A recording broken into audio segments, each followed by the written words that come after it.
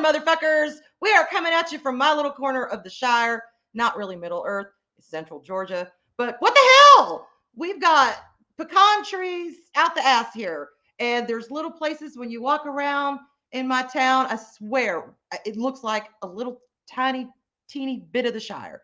So my daughter threw that together for me. I absolutely love it because y'all know I love Lord of the Rings so very much. So anyway, hey, how y'all doing today? It is indeed St. Patrick's Day, and it is the day of my people, because I am I guess I'm just a Celtic girl, y'all. I've got Scottish, Irish, and English running through my blood, and I'm so excited on this day. And I haven't had a chance to really celebrate it in a long time, and I miss it. I miss it. We used to go to St. Patrick's Day parties, and I'd try the green beer. I wouldn't drink a whole lot of it because y'all know I love my wine, but we would try the green beer. We would try green finger foods. It was just, we would just celebrate the luck of the Irish. So how are y'all doing? And yes, Chris, yes, where are you? I saw, yes, I did include The Hobbit. I did, y'all. I'm sorry. I love the first movie. The first Hobbit kept me sane at a point in my life. So yes, I did include The Hobbit. Plus, how can you not have dwarves and drinking on St. Patrick's Day? It just doesn't make sense. Oh, thank you, memes. Thank you for my birthday. I appreciate it. It's not my birthday, but you want to know what? In the Shire, it's everybody's birthday. And y'all know how the Hobbits do it. They give presents to other people on their birthday. So it's somebody's birthday every time, every day of the year. So anyway, hey, y'all, I want to welcome you today. Before we really get started, I learned something not too long ago, some really, really sad news. And I want to let y'all know about it. Mrs. Dadman Walking has lost her sister and her sister's husband, her brother-in-law. I won't go into details, but if one of the mods could possibly find, I know on their Twitter, they do have a fundraiser going for their niece. If any of y'all could find that and put that in the chat, I would appreciate it. When tragedy strikes, it's the survivors that have to make things work. God, I can't talk today. I'm sorry. And, their niece is going through it. So monetary things and bullshit, they don't wait for nobody. So if y'all could do that and show the Dadmans some love, my heart truly goes out to them. They have my deepest sympathy. They have my full support during this time. So if y'all could do that, I would really appreciate it. Okay? All right. So let me go ahead and jump into this and greet the chat. I'm going to scroll up here. I hope I don't miss anybody. If I do, I am so sorry. Let me go to my other one because sometimes it's easier to see. We've got Terry Rose. Hey, honey, it is good to see you. We have got Sensei, my Sensei Project Storytime is here today. We've got Daryl the Derelict. Hey, baby, we've got Mary's Game Room. I know she is going to watch the replay, but I love having my bestie here supporting me. That is awesome. Hey, Mary, it is good to see you. We have Louise Expero all the way across the pond. Hey, sweetheart. We have Snortapoopus, who is my favorite polar bear. Hello, Snortapoopus. Let me see who we got. I saw. Oh, okay, Chris. I don't think I said you, but shit, I shot you out because you called me out. You called me out on my Hobbit. So hey, hey, Chris, it's good to see you. And I know I saw memes in here. Where'd he go? Hey, memes. How are you doing, sweetheart? It is good to see you too. We've got Loki. We've got Mags. We've got Zax. Oh my God. We've got Troy. Hey, Troy. Gun Bunny. Release the McCracken. Every time I see that name, I think of release the McCracken. And his memes there. If y'all haven't seen his memes, you are missing something. Thank you, Sensei. It's a merry unbirthday. Absolutely for all of us today. So I'm so glad y'all are here. Thank you for coming here. I'm gonna try for it not to be too heavy today. There's just a couple of things I've been wanting to kind of talk about. Although last night I was talking with someone and they're like, "Oh, what's your subject?" I'm like, not getting in on my head. When serious shit happens, not getting in my head. And they're like, "Do you have a name for it?" I'm like, no, I don't know that I'll know that. I don't know. But anyway, there you go. We kind of do it on the fly. But yeah, when shit gets serious, it can get intense. And let me tell y'all a couple of things that's happened to me. Not quite so serious things, but I'm leading up to that. Hey, Larry, it's good to see you. Um, I have a tendency, like we all do, to get in my head. Y'all know I'm a Scorpio, even though I'm a Gemini rising. I present as a Gemini. I am a Scorpio. And Scorpios tend to have this well about them. And I think I might have mentioned this, where the well is like maybe, you know, 2 feet wide, but 1,000 feet deep. And when things happen, you jump in that well and you deep dive and you deep dive and you deep dive until you find you're scraping the bottom of that well and you are like, damn, how the hell am I going to get out of this thing? How am I going to get back up to where the sunlight is, to where I can breathe? I can see clouds. I can do my shit. But no, I'm swimming around at this bottom of this damn well trying to hold my shit together and I'm drowning. Okay. We've all been there. We have all had things where it's just like, oh, and sometimes when we do that, it makes things seem bigger than they are. Sometimes we have real life bullshit going on, and sometimes we have things we think are bad or we think are big, but we make them bigger from our reactions. Well, I've had to do some adulting these past few weeks. And y'all, I do not care to adult too much. Yes, Monkey Jeebus, sometimes it is at the bottom of the box of wine, although in my case, bottle. I still have not gotten that box yet, but I am going to try it.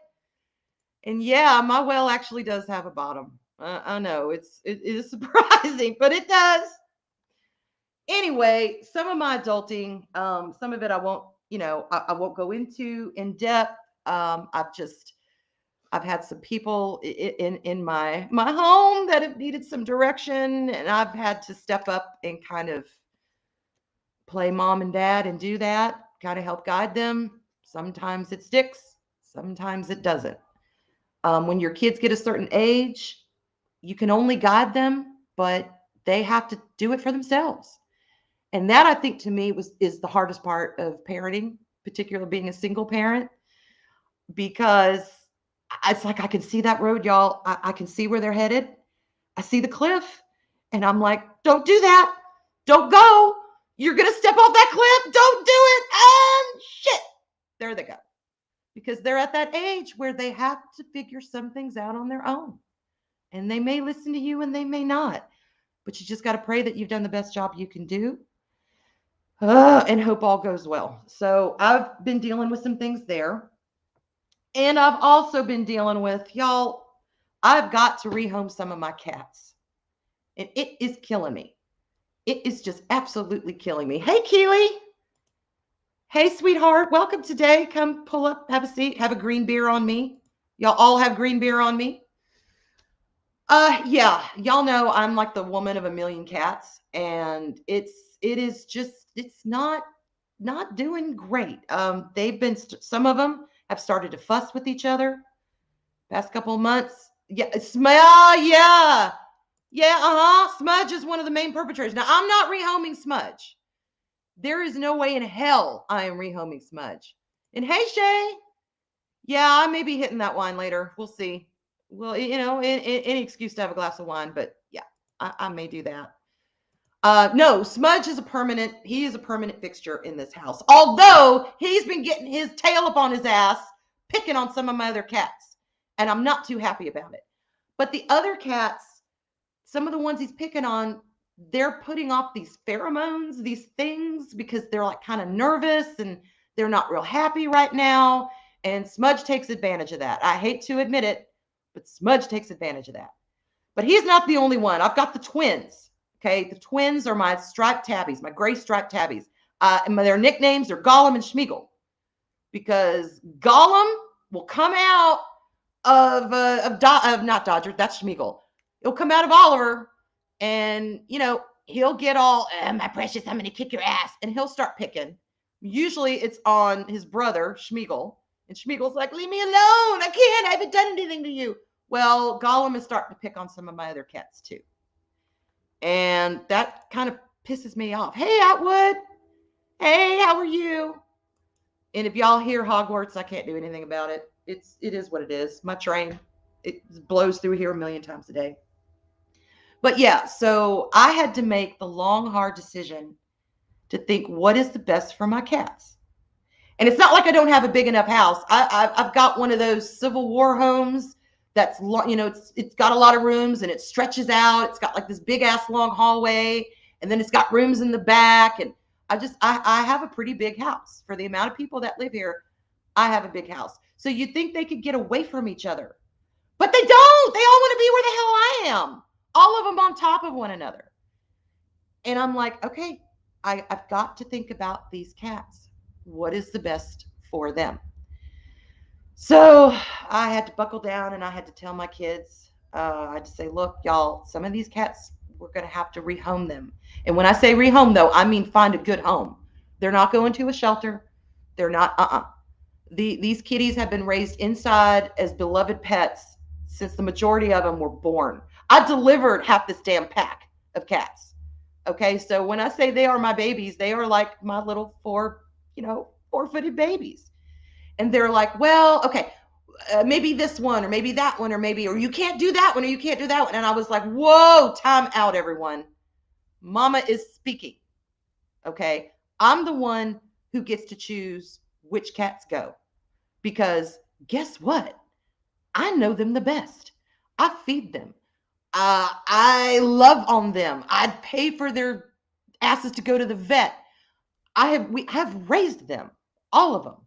I know their personalities. I know which ones get along the best. I know which ones would be better suited either as a single cat or maybe in twos. I know which personalities are the smoothest and which ones, they're going to get their tail on their asses. I know this stuff. So I'm the one who has to make this final decision by myself. Smudge, I see you. I see you. Yes, you do. You do. He says, all right, for those of y'all that are just listening, Smudge says, I want it noted for the record, I do not take advantage of the situation. I merely enforce the appropriate sentence.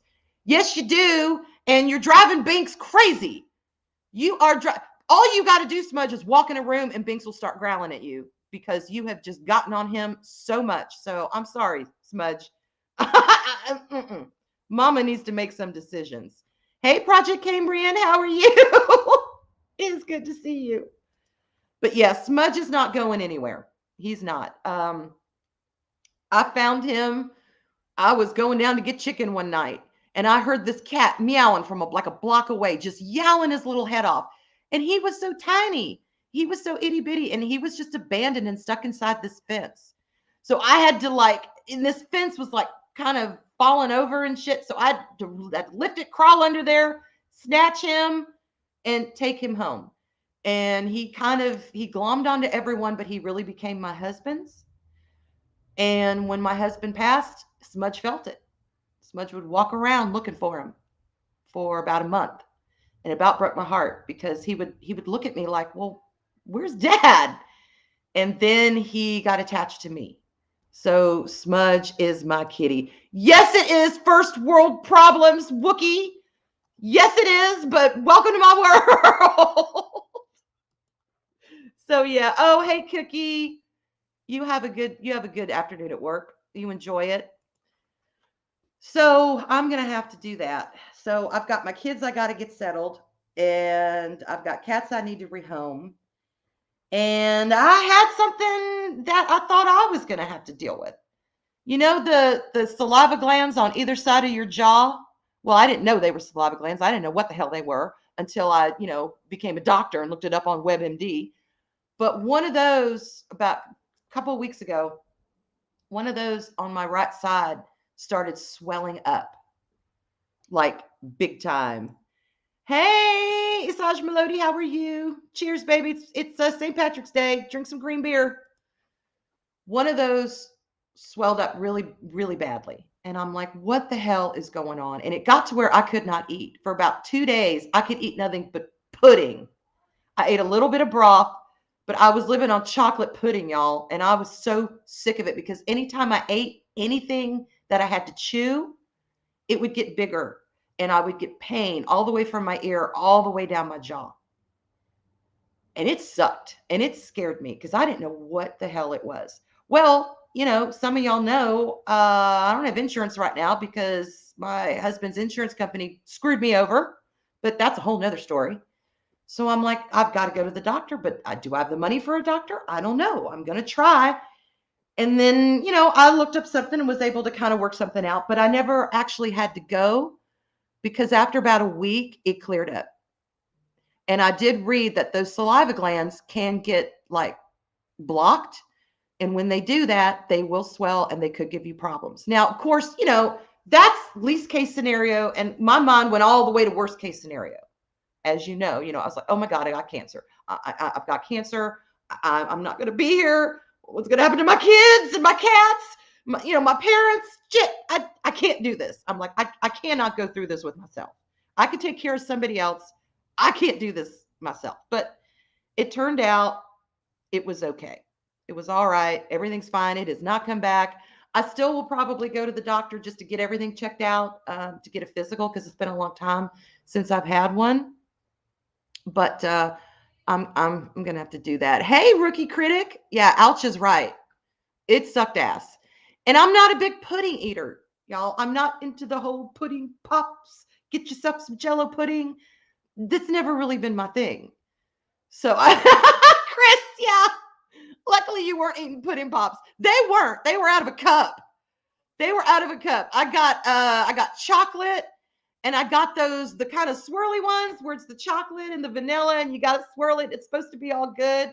Damn. After day 2, I was so sick of that shit. I couldn't stand it. I'm like, I never want to see another cup of pudding again. It was not good. I wanted my regular food, just something, eggs and toast, whatever. But no, I had to eat pudding. So the past few weeks, that's kind of what I've been dealing with on and off, trying to get through that and figure out what the hell was going on. Well, I got in my head. Hey, BC, aka the New Dark Shadow. He says hello, and they say hello and happy St. Patty's Day. Absolutely, happy St. Patty's Day. Slancha to all y'all of Celtic extraction. And we have Pat S. You know where the Good Free Clinic is in New Orleans, if it helps. Well, it would, but I'm not in New Orleans, so. It is what it is, but yeah, I'll work it out. It'll be all right. It'll be fine. Oh, Snort of Poopus says, I like rice pudding, tapioca pudding, chocolate pudding, seal pudding. It's like Forrest Gump listening off Bubba Gump shrimp. What was it? Coconut shrimp, fried shrimp, lemon pepper shrimp, shrimp without the poop in it. I don't know, whatever the hell kind of shrimp you like. But yeah, that was pudding. I do like rice pudding though. That's not bad, but I got to be in the mood for it. Oh no, no, no. Oh, Atwood, you got it. Banana pudding. Hell yeah, y'all, banana pudding. That is the shits. That is the good kind of shit. That is amazing. Banana pudding. Oh my God. Ingles makes an amazing banana pudding. If y'all want some, it's already pre-made. You go and you buy it. Now, of course, homemade is best. But if you need your banana pudding fix, run, don't walk. Run to Ingles and get your banana pudding. It is amazing. And yes, Snorty, slancha. That's what us Celts say, slancha. Anyway, oh, okay. And Memes has put out a warning for everyone. Be wary of the pudding dimension. Because y'all never know. You get lost in the pudding dimension, you may never be able to come back. So there you go. You take that home for free. You heard it here first.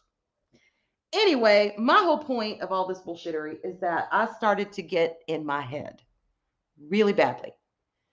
I started to feel really weighed down about shit. Nothing seemed clear to me. Nothing quite seemed on track. And y'all know I don't, or some of y'all may not. I do not like being off track. I do not like not having my unicorns and my rainbows. I do not like having, sugar and spice. I like to be happy. I like to feel light. I like to, just go with the flow. And I was not doing it. And it was making me tired. It was making me grumpy. It was making me just not feel like myself. And I'm like, what the hell is wrong? I came out of this horrible just depression of 2021. I've come out of that. I'm not in that anymore. Why do I feel like I'm going back there? And I realized it's because I have not learned a very important lesson. And that's the thing about life. It throws you lessons. And you either learn that shit or you don't. But let me tell you, it will throw that same lesson or one similar to you down the road, and to see if you did learn it, did it take? And if you didn't learn it, well, guess what? Guess what, dumplings? You get to learn it all over again. And that's kind of where I've been. I'm feeling better. I'm pulling out of it. I'm not getting so much in that well, that horrible Scorpio well that we subject ourselves to at times. But yeah, it was getting to where I wasn't even enjoying a lot of streaming. And y'all know me, I love to stream. I love to stream. I love to talk to y'all. I love to, fellowship with people on other channels, stream with them, just whatever. I enjoy it. It makes me happy. It brings me joy. It makes me feel good. And I was struggling. I was really struggling with even some of that. Oh my God, Gretchen came in. The hunt for pudding October. And said, say thank you, my darling. I appreciate that. Hugs for all y'all too, because we all need it. We all freaking need it. And Meme says, oh my God, I just realized Arwyn is the adult human form of Buttercup from the Powerpuff Girls. Oh my God, really? Okay. I'll take it. What the hell? Mag says, I'm a Leo, but that sounds awfully familiar, LOL. Mags, I am a Leo moon. So yeah, I got those traits too, honey. I get it. Absolutely. And Adega throws out, what? You enjoy talking? My world has turned upside down. I do, y'all. I enjoy talking. But more importantly, I enjoy the companionship. I enjoy that fellowship. I enjoy connecting with people.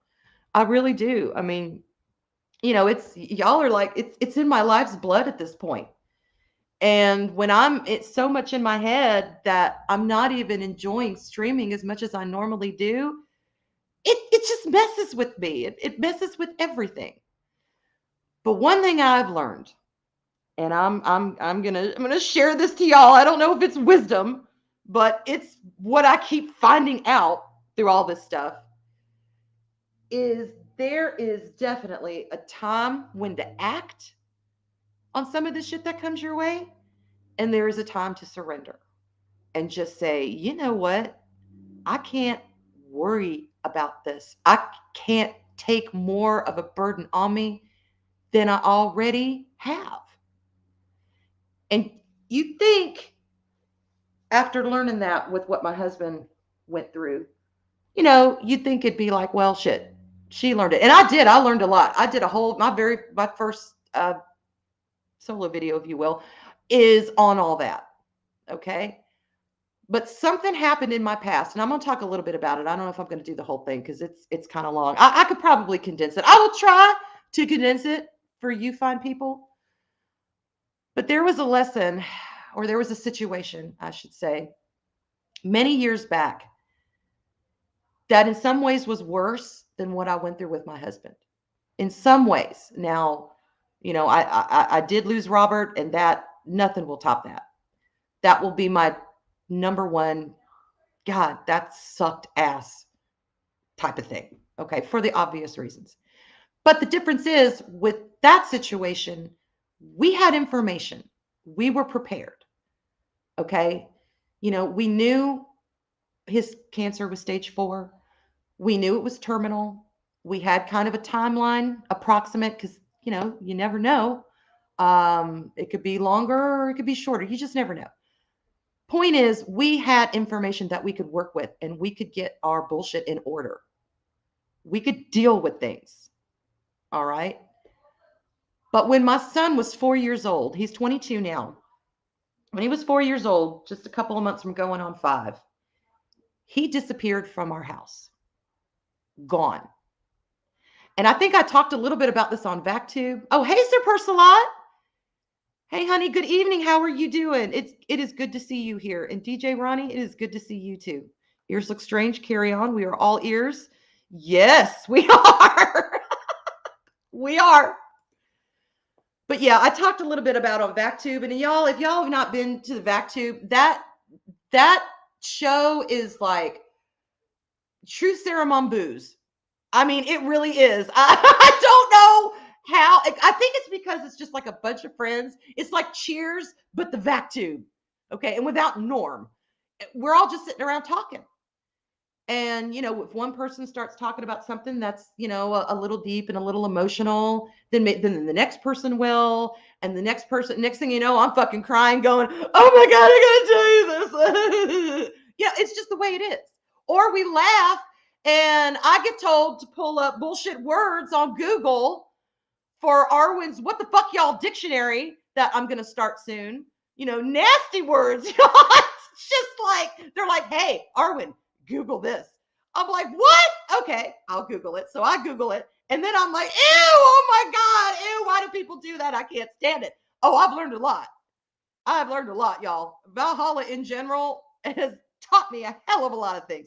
Things I didn't know I wanted to know, but it's all in love, right? So yeah, that's VacTube. So go check VacTube out.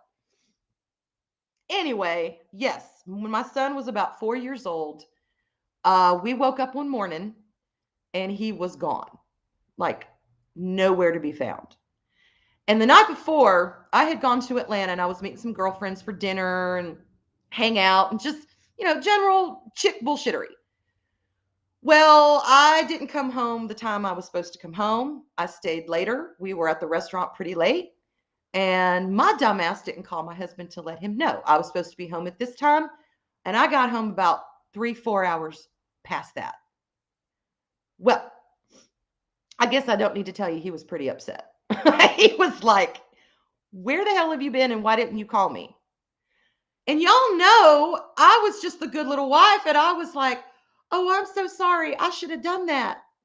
No. My dumbass was like, well, I called and told you where I was. What's the problem? Okay, I'm home a few hours later. It's no big deal. I'm fine. Well, okay. I'm sure y'all know that went over like a lead balloon. So needless to say, we had an argument and I went to bed and he stayed up for a while at the computer. And I'm here to tell y'all, and it is true. You hear the axiom, don't go to bed. angry, it's true. Don't, because you'll carry that bullshit over to the next day and it's not worth it.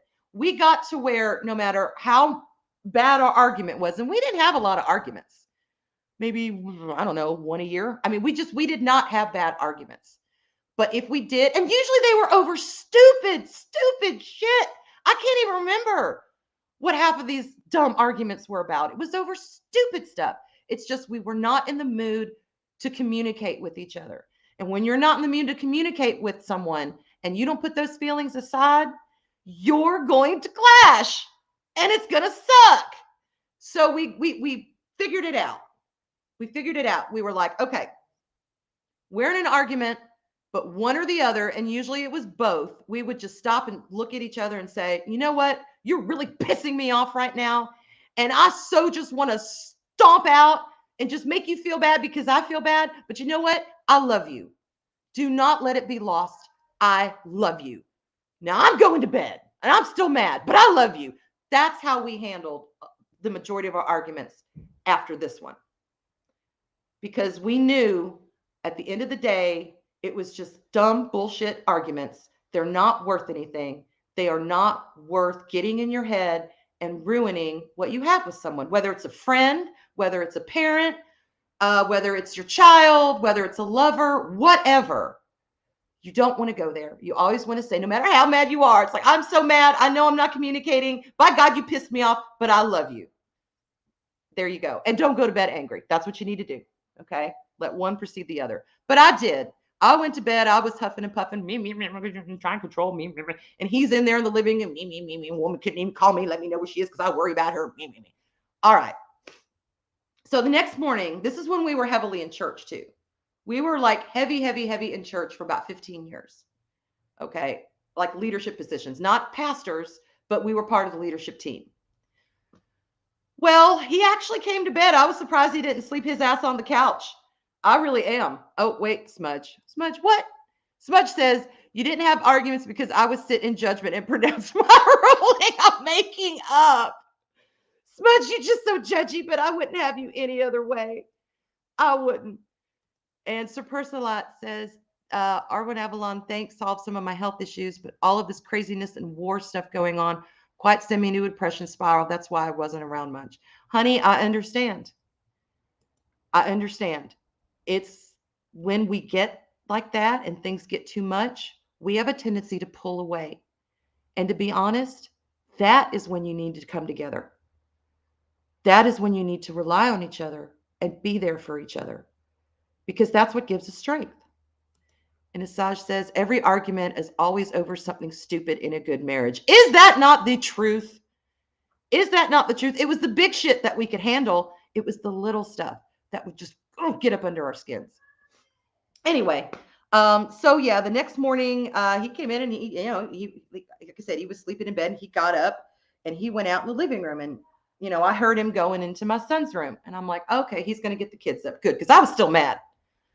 I still had my ass on my shoulders and I was like, I can't believe you trying to control me, trying to tell me what to do. I said, I didn't call. Who cares? It's not like Atlanta wasn't 3 hours away or anything. No, not at the time. We were living in our other house. But, I've got that Leo fire. So I was like, no. Well, I heard him go into my son's room because we had this little cowbell on my son's, the doorknob, which I'll get into why in a minute. And then I heard him come out and I was listening and, routines. One of us would always go and get my son up. Then we'd go and get my daughter up. Then we'd go and start coffee. Well, I didn't hear my daughter's door open. And instead I heard the front door open and slam behind him. And I'm like, what the hell is he doing? Okay. Is he taking, Darius out? What is he doing? And then a few minutes later, and I'm all still lying in bed because I'm like, I am waiting till the last minute to get up and deal with this bullshit. Because I knew we were still mad and I knew it was probably going to be a whole day of picking and fussing at each other. And I just didn't want to do it. I don't care if we were going to church or not. We were human and I didn't want to deal with that bullshit. So I hear him come back in the front door and I'm waiting for him to come in the room or at least go get my daughter up. And then I hear him go out the back door and the back door slams. And I'm like, if y'all hear coughing, it's my old man. It's Cisco. He's my oldest kitty. He's laying on my bed. He's coughing a little. He has a little congestion. So I'm like, what the hell is he doing? Where is he going? Why isn't he getting, my daughter up? But I don't hear my son. And my son was 4, and my daughter he was getting ready to go on 5. She was getting ready to go on 2. Okay, so they were little. I mean, they were little. And I'm like, damn it, what is going on? I'm like, you know what? I'm not going to worry about it. I'm just going to lay here and go back to sleep for a while. I'm going to go back to sleep for about 15 minutes, then I'll get up. And then maybe the kids will be up. He will have had his coffee. Maybe he'll be in a better mood. I can have coffee. I'll be in a better mood. Who knows? Maybe we can talk to each other in a civil manner. Okay. And let's see. Oh, Pat says, man, this story's making me nervous, and I know the kid is okay. Yikes. Yeah. Hold on. It gets worse. Well, it's about, 15 minutes, and I never could go back to sleep because I'm laying there and I'm starting to wonder what's going on, because the normal everyday morning activities were not happening. And we have a tendency to get such in a routine that when that routine is broken beyond our control, it's jarring. It makes you think, what the hell? What is happening? Well, I hear the back door. He slams, and I hear him coming back in the house. And at that point, I'm like, all right, I'm just going to sit up because he's probably going to come in here and fuss at me for not getting up right away anyway, because we got to be at church before everybody else, the leadership team meeting, blah, blah, blah. And that was one, I did not want to have an argument, because as easygoing as I am, and it takes a hell of a lot to get me mad. I mean, it takes a lot to get me mad. I was already revving up. I'm like, damn it. It's going to be one of those days. Shit. Well, I stood up, and I heard him say, as he came towards the door, I heard him say, Arwyn, you need to call 911. Darius is missing. And I knew that's all he had to say. I flew out of that damn bed. I have never moved so fast in my life. All he had to say, Arwyn, call 911. Darius is missing.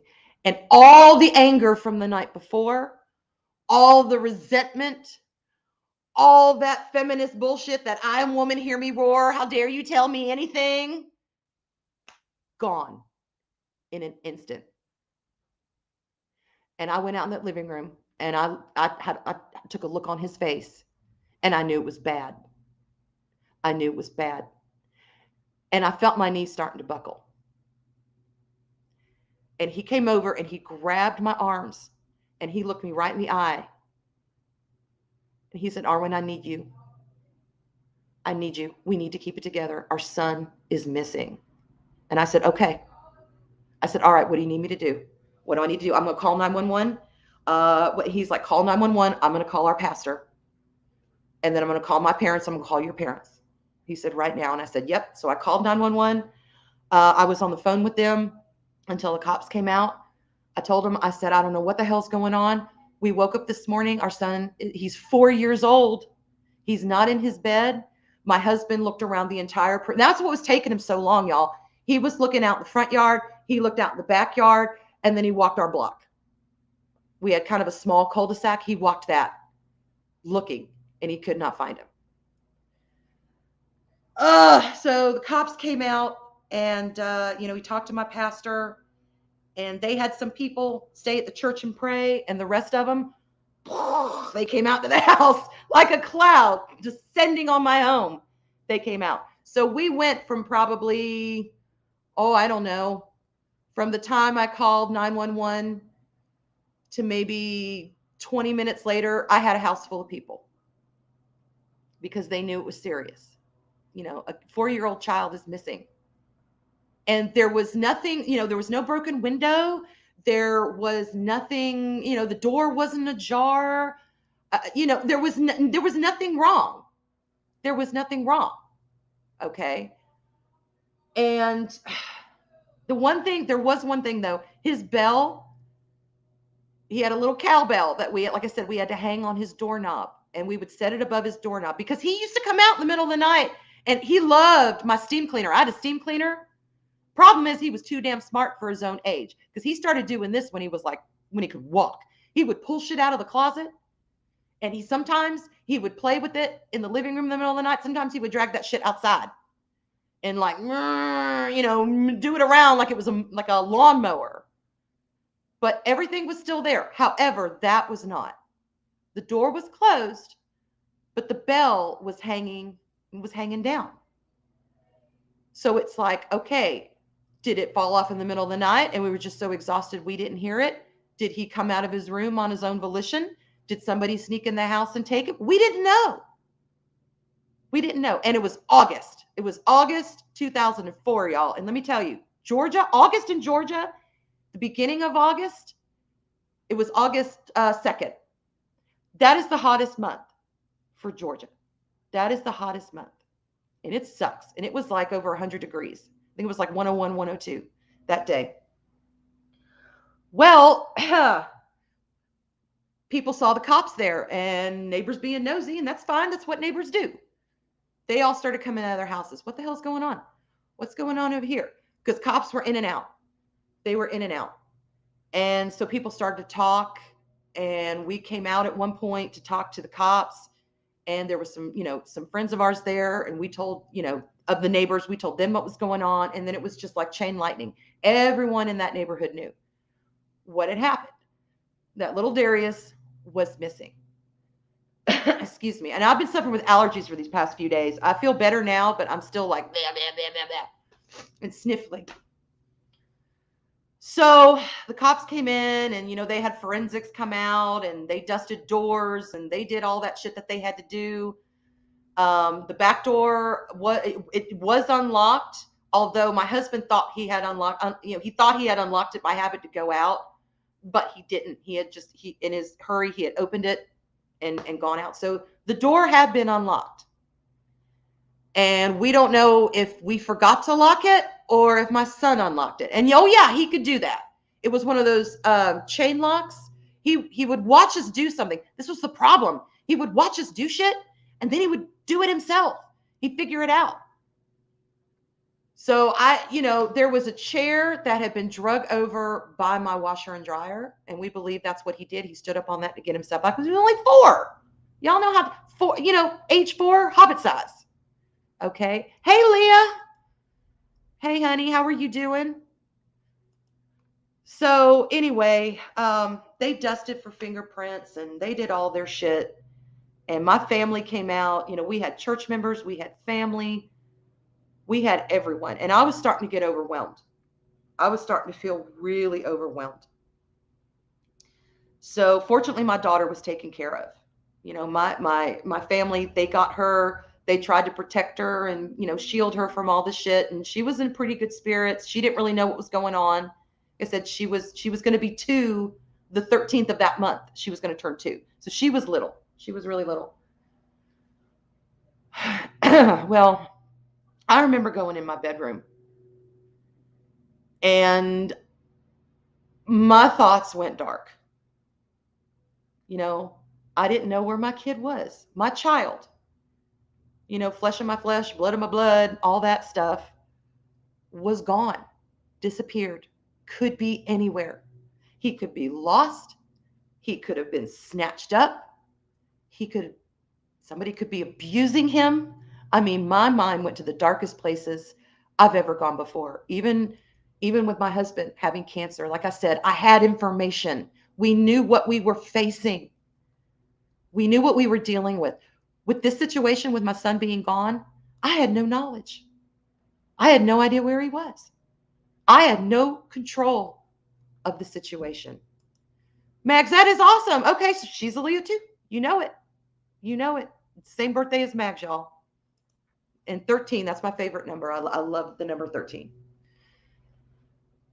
So I remember sitting there about just to lose my shit. And I remember thinking, I have to keep it together. I have to keep it together because my husband needs me. And whatever is going on with my son, he's going to need me, and we didn't know. And I remember looking at my bed, and it was unmade. And I remember thinking, I need to make my bed. My bed's unmade. I need to make my bed. So I went over there and I took my time. It was the slowest bed make that's ever happened in the existence of the world. But I smoothed out the sheets, smoothed out the comforter, folded the blankets, real neatly against the foot of the bed, fluffed the pillows. I mean, I did it all. And I've told this story sometimes, and some people are like, well, why did you make the bed? In the big scheme of things, you should have just left it. That wasn't really important. And I'm like, me making that bed was the most important thing I could have done at that time. Because when I finished, I felt a surrender I've never felt before. In some ways, it was a way for me to ground myself and to get control of me and to come back down to earth. That one small act I was able to do. But on the other hand, there was nothing I could do in this situation. Nothing. I had no knowledge. I was terrified. My brain went to the darkest recesses ever that a parent can go to, that someone's out there hurting my child. A part of me is lost in the world. I carried this child for, what felt like a friggin' year. He was 10 pounds when he was born. He was a hoss, okay? I felt that too. It was just, even though it was a C-section, it was not easy. But yeah, a part of me was lost in the world and I didn't know where he was or what was happening. And I was able to surrender, and I actually felt a peace that I have not felt since. Just a peace that you've got to keep your shit together and you're not in control and it's okay. No one is asking me to be in control. The only thing my husband said is just keep it together for me. Let's do this together. That's all he asked. He didn't ask me that I needed to be in control. So I did. Isaj says, in stressful times, it is a great thing to occupy your mind. That is so true. And sometimes the most mundane things can do that for you. And Mag says something so simple like making the bed can oftentimes be the most comforting. You making that bed was finding comfort in something familiar. She nailed it. Yep. She nailed it. Hey, Psycho Dwarf 9. I can't do it like Loki, but hey.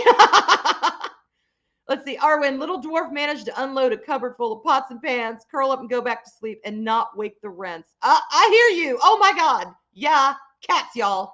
Cats. That's all I'm going to say. Anyone who's had a cat knows. Cats. So anyway, I'll try and speed this up a little bit because it is a long story. But they had search dogs come out. That was chilling. Shit, standing out in that hot August sun, and they were big old hounds, and they were all contained in, what do you call those things that you transport animals in? Not a carrier, that drives, whatever. Y'all know what I'm talking about. Transport horses, transport pigs, livestock. Well, they were in, ow, shit, I just banged my hand. Sorry. They were in one of those, but I couldn't see them. And they started howling. And that hound howl or bray or whatever that they do was resonating inside that thing, and it chilled me to the blood. It was one of the most haunting sounds I've ever heard in my life. And they were like, they wanted out. They wanted out of there. They wanted to go do their business. Well, someone I'll never forget, her name is Genevieve. She was a woman that works with families who have, someone has been kidnapped. And she lost her sister that way. Her sister had been kidnapped and she was deceased. She had been done away with. So she had become guardian of her two little nephews, and she decided to dedicate her life to someone to help people who were going through this, because she went through it all by herself. She had no one else. And she had to take care of her nephews at the same time the police were looking for her sister. And I cannot imagine going through that by yourself, but she did. And she was amazing. She had a very calming effect. She talked to us. She didn't bullshit us. She talked to us straight. And that's why I don't bullshit people to this day. I don't try and you know, I mean, I'm nice about things, but I will tell you the truth. I will tell you the truth because she didn't. Oh yeah, Pat, we're getting to that. Did they call GBI right away? Yeah, we had fun with them, y'all. Okay, so she came down from Atlanta and she sat with us every day. She really did. She would drive down in the morning, leave late at night. And again, there were tons of people there. So it was about 2 o'clock in the afternoon. This was 8 in the morning that we discovered he was gone. About 2 o'clock in the afternoon, the cops were like, I saw them out front and they were talking to my dad and they were talking to my husband. And, you know, I didn't think anything about it. I'm like, well, we've talked to them. They've given them, you know, information. Maybe they're just trying to find out more information. And then I saw my dad turn on his heel and he started heading toward the house and he looked like a wet hen. He was so mad. He was red. He was like mad as a hornet. He came storming in that house and he's like, damn it, we need to get a lawyer for Robert. And I'm like, what? Get a lawyer for what? Why? He's like, because they're asking him all sorts of questions they don't need to be asking. And I'm like, what the hell? So my mom is like, Arwyn, just go on the back porch. Just let me talk to your dad. And of course, everyone's all ears, you know, that's in the house. She's like, just go, just remove yourself for a minute. So I did. I went on the back porch and I'm like, what the fuck is going on? Well, then my husband, about 5 minutes later, he comes to the back porch and he says, I got something to tell you and you're not going to like it. I'm like, what? He said, well, truth is they think I did something to Darius and that you know about it. Fuck. I'm like, you mean they think we hurt our child? And he's like, come here, Wookie. Wookie's in here. And he's like, yeah, that's what it's starting to, because they're like, we can't find anything. We can't find, you know, there's no break-in. There's no, you know, the only fingerprints on the door is the family's. You know, there's no sign of anything out of place. And I know there are bullshit people who do that to their child. And frankly, if you are that unstable that you're going to hurt people, you sure as hell don't need to be having kids. And if you do, then guess what? There is a special hell reserved for you. Those that do that to their own children or any child. Those that hurt children, special hell. And it's not fun. So to be accused of that, yeah, Mags. What the fuck? Yep. And it took them all that time to come to this conclusion that we were involved in this. So there had been a search party that had been going on all this time, and we were not allowed to be any. We were going to go ahead after we talked to the police. By that point, we were going to go ahead and go out with the search party. Well, we were forbidden to do that because they were concerned that we knew where he was, and if one of us found him, in air quotes, that it could hurt any ongoing investigation. So we were grounded. We couldn't even look for our child at that point. They took the dogs out, you know, the whole bit. Well, this started circulating. Okay, this started circulating. And neighbors were like, you know what? This isn't right. We're going to circulate a group, a volunteer group, and we're going to go out and we're going to search for him. We're going to spread around the entire area. And this was in Stockbridge, Georgia at the time. So we're going to explore. Well, hundreds of people came out, y'all. I didn't know any of them. But the word got out and people started coming out from all over because all they heard was a little boy was missing. And they came out to help look for my son. So that was day one. I'm sorry. We had to go to the police. Yeah, we had to go down to the police. It was about 2:30. We went down. They took us down there to the police station and basically for about 4 hours separated us and asked us questions, which I get they got to do that. I understand that, you know, but what was interesting is we had nearly the exact same story. There were no inconsistencies. The only thing that that the female cop got on me for was she said, "So I heard y'all had some words the night before," and I said, "Yeah, we did have some words. We had an argument," and she said, "An argument? Oh, I heard it was more than just an argument." And I said, "Look, this is what happened." So I told her the bullshit. I said it was late. It was 1 o'clock in the morning. I had just driven several hours. He was upset. He got on me. I got upset. I threw attitude at him. And then I went to bed. And he stayed up at the computer. It's not that deep. We had a fight. We're married. Married people going to fight. Shit, anyone's going to fight. So we were there for 4 hours. And finally, they let us go home because they were like, well, okay, we don't know what else to do. And, my husband actually got in the police chief's face because the police chief was interviewing him. And at one point, the guy was like, well, I don't really know what to do, but all I know is that stuff's pointing to you and I haven't got no, I don't have anything, but it's just the way it is. And my husband was like, no, it's not the way it is, damn it. It's not the way it is. I get you got a job to do, but you're sitting here wasting time poking at my wife and I when your ass could be out there looking for our 4-year-old son. It's 102 degrees today. He's been missing since 8 o'clock. All he was wearing was a little Finding Nemo shirt and Superman underoos. That's my problem with this. And the guy was, he admitted, he's like, look, I don't have anything. I'm going to, y'all need to go home. That's fine. I'll take y'all home. So they took us home. They took my husband's guns because, he had guns. They took all his guns, I guess, to compare bullets and shit if anything was found. And oh yeah, Pat, good grief, this was more than a day, more than 24 hours. Yeah, this was almost 3 days. So anyway, we went home, we told everyone what happened, and we put a white candle in our back window. In our back window and our front window, we lit white candles.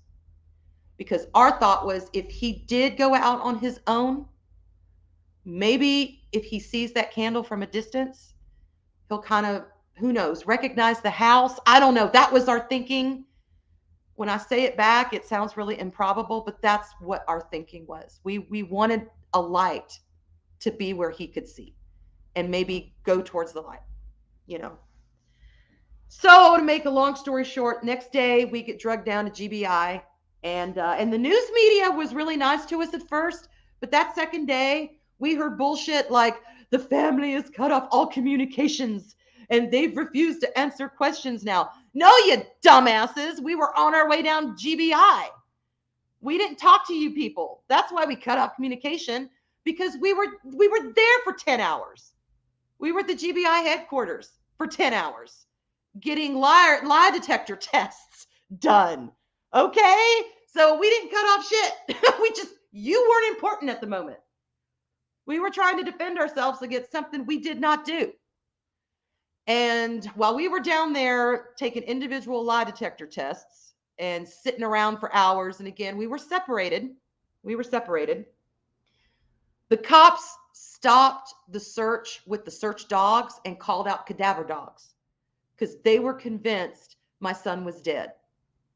They were convinced something happened. And y'all, this is not, I want to make this really, really clear. This is not a let's shit on the cops. This is not. I support the men and women in blue. I understand they have a tough job to do. I get it. I do not hold any animosity towards those officers. I don't. I truly don't. It sucked ass when we were in there, but I get it. I get they had a job to do. Okay.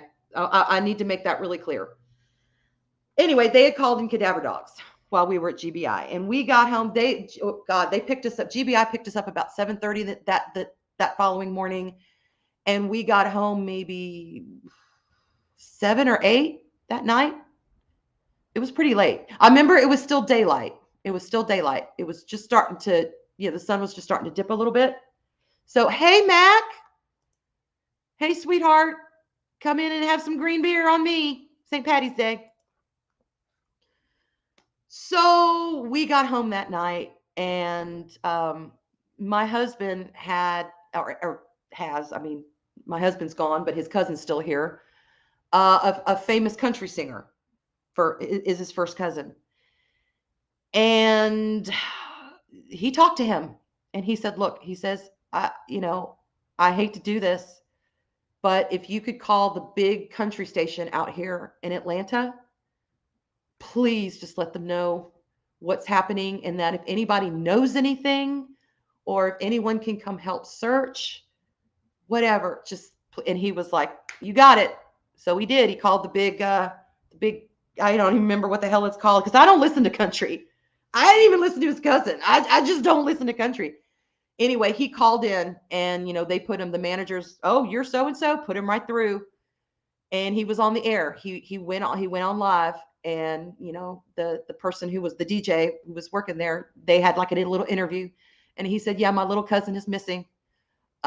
His parents are about to lose their shit, about to lose their mind. This is day 2.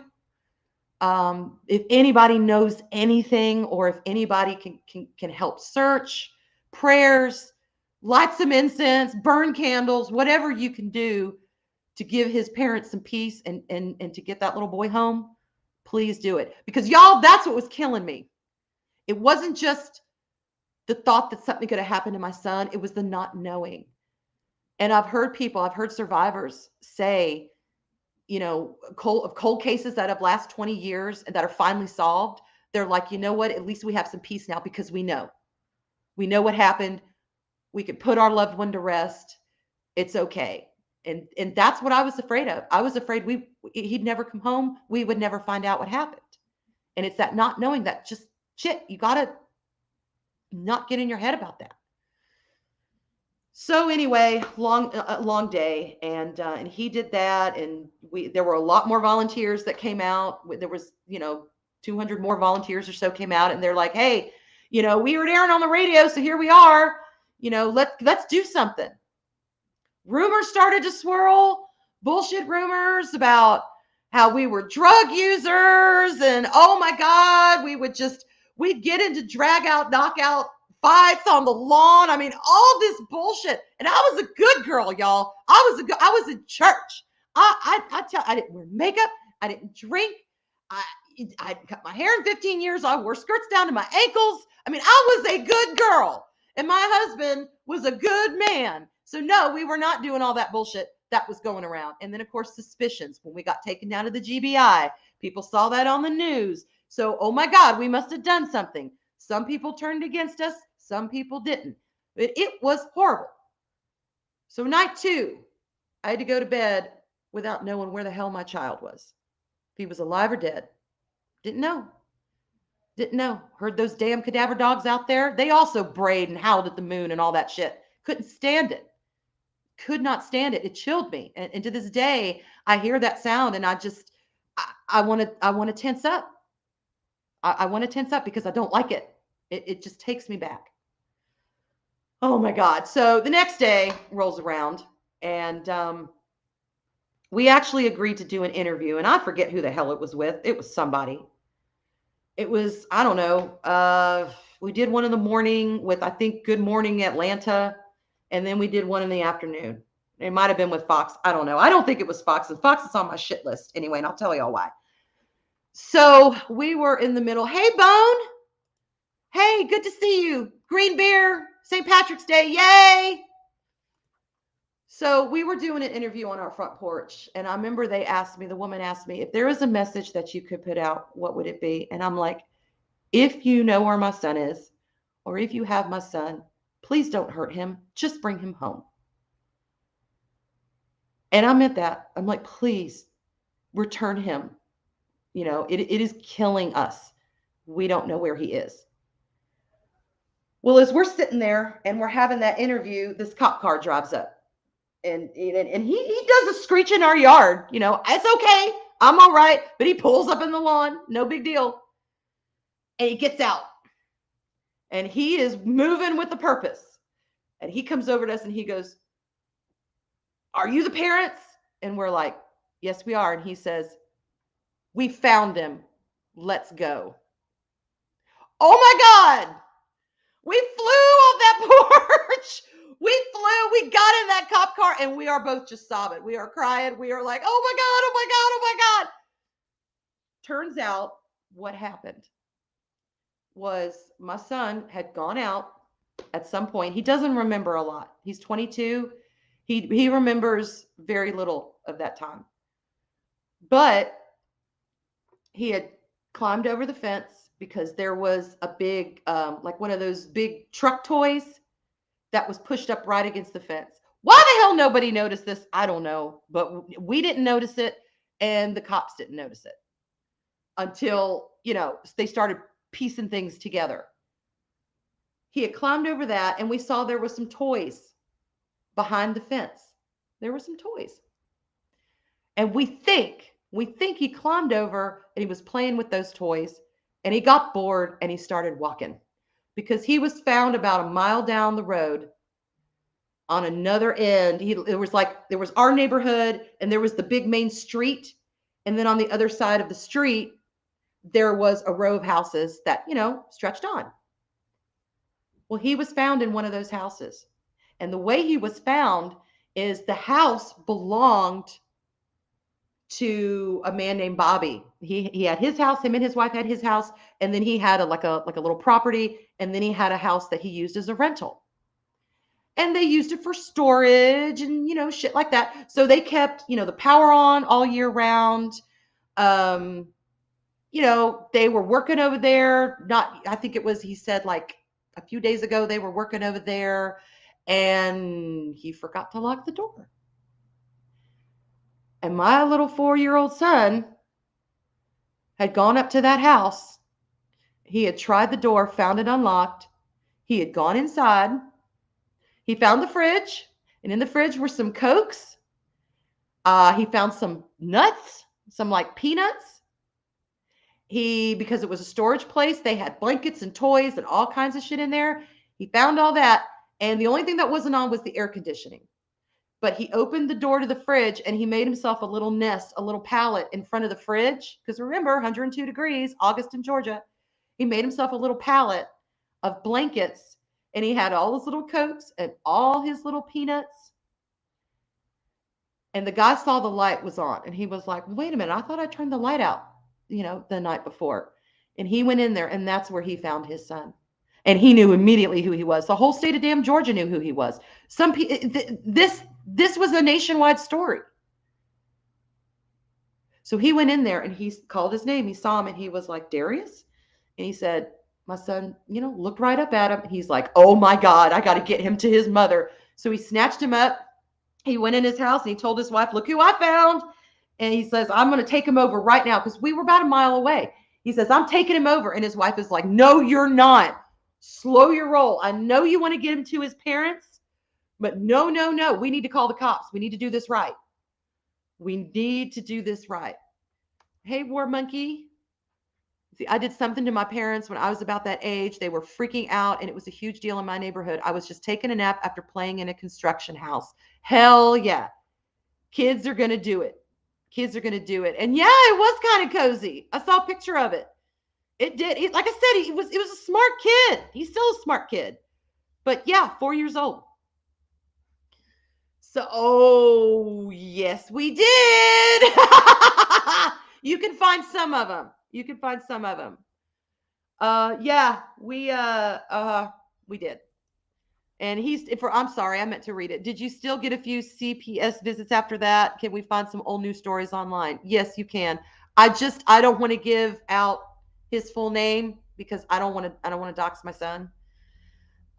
Anyway, yeah. And so we went and they had him in the ambulance. And when they opened the back of those ambulance doors and I saw him and he saw us and was like, oh, he was struggling to get to us and we were struggling to get to him. And we just collapsed in one big pile right there on the cement. We had him back. And guess what? All he had was a little dehydration and some scratches. He had some scratches from where he had, at one point, the dogs came up on this big thing of monkey grass that it was kind of smashed. They took his scent there. They think at one point he got tired because we don't know how long, we don't know when he found the house. His scent was all over the neighborhood. They tracked him, and they lost it. At one point they lost it. So the dogs were never able to find it. So we don't know. Hey, Stephen Glenn. Happy St. Patty's Day to you and your listeners. Thanks for sharing this story with all of us. God is watching over your little man. Very cool. Great that your man hung tight. Yes. Thank you so much. And I do believe that. I do believe that. I know everybody has their own interpretation of God, but I do believe he was watching over him because it could have gone so wrong so fast. So for almost 3 full days, and of course they dropped the investigation against us because there was nothing to investigate anymore. It was obvious what happened. At that point, they were like, yeah, okay. He kept on walking and lost his way. But we were one of the lucky ones. We got our son back. So many people do not. When their loved ones disappear, they don't get them back. And oh yeah, the reason why I'm pissed off at Fox News, okay, because they called us that afternoon. They called us and they're like, oh, can you please come on, you and your husband come on and talk to us because it's such an inspirational story. It was so happy for you. And we were like, hell yeah, we'll do it. That's fine. We were scheduled to do it tomorrow. They said, okay, we'll send a car for you about 7:30. We were like, that's good. Well, the car showed up and my son was sleeping snug in his little bed. We were not going to disturb him. And then I get a call from the producer who's like, well, you need to bring Darius. I'm like, what? That's not what we discussed. And he said, yeah, you need to bring Darius. And let me tell y'all, I'm a pushover. I'm a jellyfish. I am one of these. I hate confrontation. I will do anything I can to not have confrontation unless you fuck with my kids. And I said, the hell I am bringing my son. He was lost. He was away from us for nearly 3 full days. This is the first time he has slept in his bed. And you think I'm going to pull him out and get him and take him to Atlanta so he can sit and be tired and exhausted and agitated all day long just to get a couple of clips for you? Hell no, I'm not doing it. And he said, well, I guess we can't have y'all on then. And I said, fine, I'll go out and I'll tell your guys bye-bye. And I hung up. I'm like, screw that noise. You are not going to call me and tell me what I have to do in my own home with my child just so you can get a juicy story. So I went out and I said to everyone, because at that point, a lot of people were still there. I said, y'all aren't going to believe this. I said, I guess I got to go out and tell them, goodbye. And my husband was pissed. He's like, I'm glad they didn't talk to me. I said, oh no, it's all right. I put him in his place. And then all of a sudden we see the car drive off and I'm like, I guess they got a call from the producer. So screw you, Fox News, for that. That was not cool. That you don't set up something with the parents and then the day of be like, well, you got to bring your child or we're gonna not do it. We're not gonna talk to y'all. Fine, don't talk to us. I do not care. So after that, things were pretty cool. The Stockbridge Walmart decided they donated everything for a huge party. They donated food. They donated tables. They donated plate. They donated everything. So at our church, we had a massive ass barbecue for all the volunteers that came out. And like I said, there were hundreds of people there. For the family, there were firefighters that had come out at one point. The firefighters were there. They brought their truck. David actually got to go up and do the little of the fire thing. I don't know. But you know what? The only people that didn't show up were those officers. And I felt bad about that. I really did. Like I said, I was angry at the time, but looking back, I understand why they did what they did. I really do. And we wanted them there, but they did not come out. I was like, oh, well. And after that, I don't think I let my son out of my sight until he went to pre-K. And at that point, I was like, okay. But he suffered from major separation anxiety for years after that. For years. Whenever I would drop him off somewhere, he would start screaming. He would start crying. He would claw at my clothes. He did not want to leave. He did not want me to leave. And for a while, I acquiesced to it. But then came a point where I'm like, okay, he's got to stand on his own here. I know he's young, but I can't be with him all the time. And I would leave him, and then I'd go out in my car and I'd cry because it was just so damn traumatic. It was awful. Yeah, Loki, I did. Like I said, I will take a lot. I'm easygoing. It's all good. But you fuck with my kids, no, no. My Leo will get triggered, and I will be that lion. And I don't care. I don't care what you have to say. Leave them the hell alone. Okay. But my whole point of this whole story is, I know it went a little longer than I expected.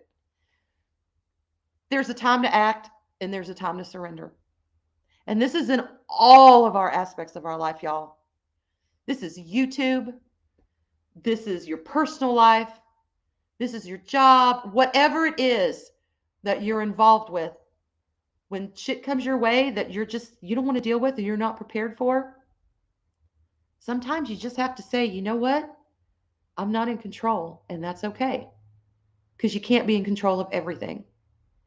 And there is real life bullshit out there. There are people going through real life things, and they're hurting and they're in pain. And another thing you got to try not to do is pull back. I've had a situation recently where I thought maybe pulling back is the best thing. Maybe not being all me. Maybe I need to kind of, try this or do that. Or, again, I was getting in my head. Convincing myself of shit that wasn't there. And then I realized, no, you know what? I'm going to continue to do what I've always done. I'm going to continue to be me. Because I can't control if other people are feeling a certain way or thinking a certain thing or whatever. I can't control that. Hey, Zachariah. He says, howdy, y'all. Uh-huh. Yep. We got green beer. So pulling back is not always the answer either. Because sometimes we need people around us that help support us. We need people that know us. We need people we can trust, that we know that are in our corner. We need to be there for each other. No matter what somebody's going through, we need to let them know, hey, it's okay. You don't have to be in control. It's all right. Just take a breather. Breathe in life's juice. Breathe it out. Take a deep breath and know that you can surrender, that it's okay, that you don't have to have all the answers, because we're not always going to have them. We're not always going to be in control. And Loki says, damn straight, Arwyn. And if anybody has a problem with that, fuck them. Yeah, brother, I hear you. Absolutely. And that's in any aspect of your life. But yeah, don't pull away and don't try and be in control of everything, because it doesn't always happen. And then you just end up getting miserable and you end up, like I said, getting in your damn head. And I've lived in my head for the past few weeks. And that is not a fun place to be. Y'all know my head. It's got freaking roided owls and missing forks and sausages. Excuse me, sausages or snassages, as Loki would say. The snassages taste like snassages. All that's in there. But there's a lot of other stuff in there too. There's a lot of doubt. There's a lot of curiosity on how the hell I can work things out. There's that deep, deep well that nobody needs to go down. You just don't. Yeah, that's all in there too. And it's all just, it's all been just swimming around, hanging out with each other. And I haven't been able to focus. And it really did. It made me think about when I lost my son for those few days. Because that is, I can honestly say, that is the one time in my life that I literally had no information, no control, nothing. And that's terrifying. But there was that one moment of peace, that one moment where I made that damn bed and I said, you know what? I'm going to make a bed and I've got to give over this or I'm going to lose my mind. And I did. And it calmed my ass down. And I realized I can't always have all the answers. You can't always have all the answers. We just can't, y'all. But you know what we can do? We can support each other. We can be here for each other. Is there someone that maybe you haven't talked to in a while? That they seem to be doing fine? Everything's going okay? You don't know. Reach out and say, hey. DM them. Say, how's it going? or text her and say, hey, just thinking about you. How you doing? You have no idea what that could do for someone. It could lift their spirit. Because contrary to popular belief, most of us don't get out here and spread our bullshit. I mean, yeah, I am sharing things with y'all from my life that happened, but I don't take drama on Twitter. I don't bring it on my channel. I don't, and a lot of other people don't too. And but stuff that they're going through, they're not going to share it because really it's nobody's business. But if they're hurting, you don't know, just reach out and say, hey, because you have no idea what that could do for them and what it could do for you. Spreading love feels good, y'all. It feels amazing. It's the way that we communicate. It's the way that we bond, and it feels freaking good. Sensei says, what, my mind is a fascinating place? Oh, I thought you said the mind is a fascinating. No, I don't know about my mind, Sensei. No, I don't know. I've lived with it all these years, and just okay. We'll leave that as it is. But thank you. Thank you. Should I say thank you for that? Okay, I'll take that as a good thing. And Psychodorm 9, my brother says, absolutely.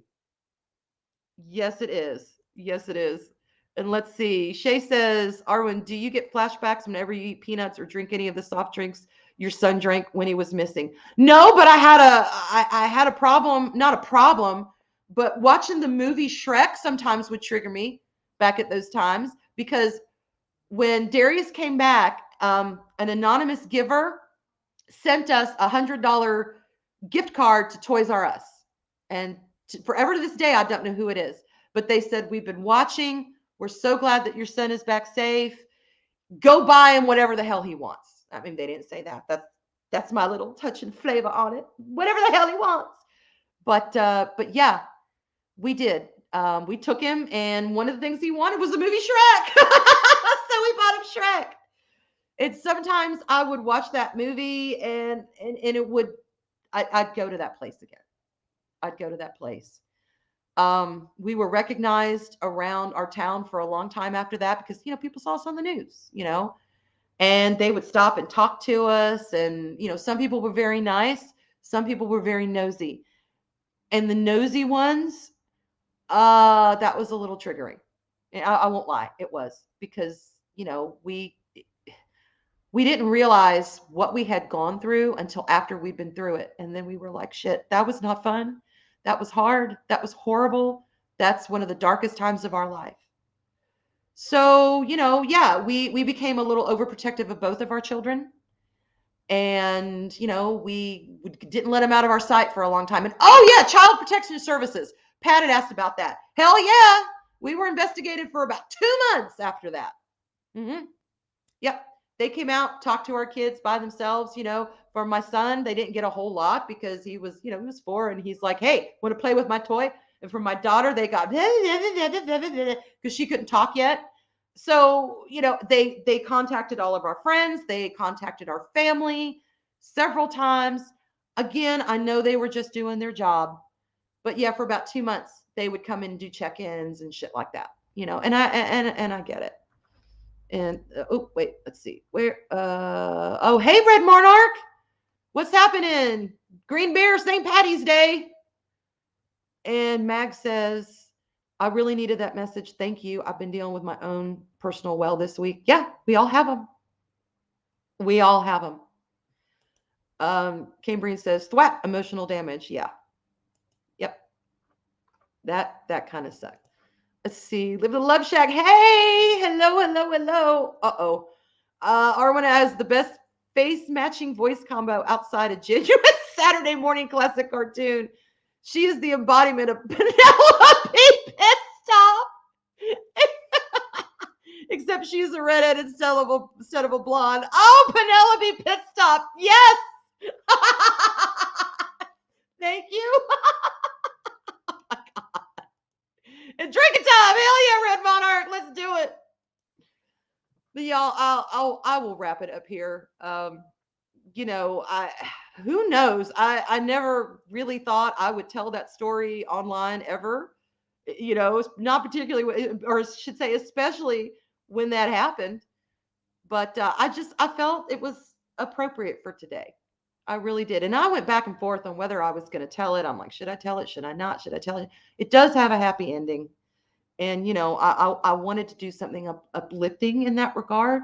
But the most important thing is you don't always have to be in control, because life's going to have a way of saying, you think you learned that control lesson? Guess what, bitch? I got another one for you. And it's a doozy. And you just might lose your mind unless you give up. Just surrender that and realize things are what they are. So I want to wish all of y'all, and I know I've said it before, and I'm going to say it again.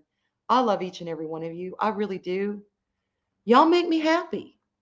You know, y'all make me want to share these things in my life. Y'all make me want to dig a little deeper and find out what else is there.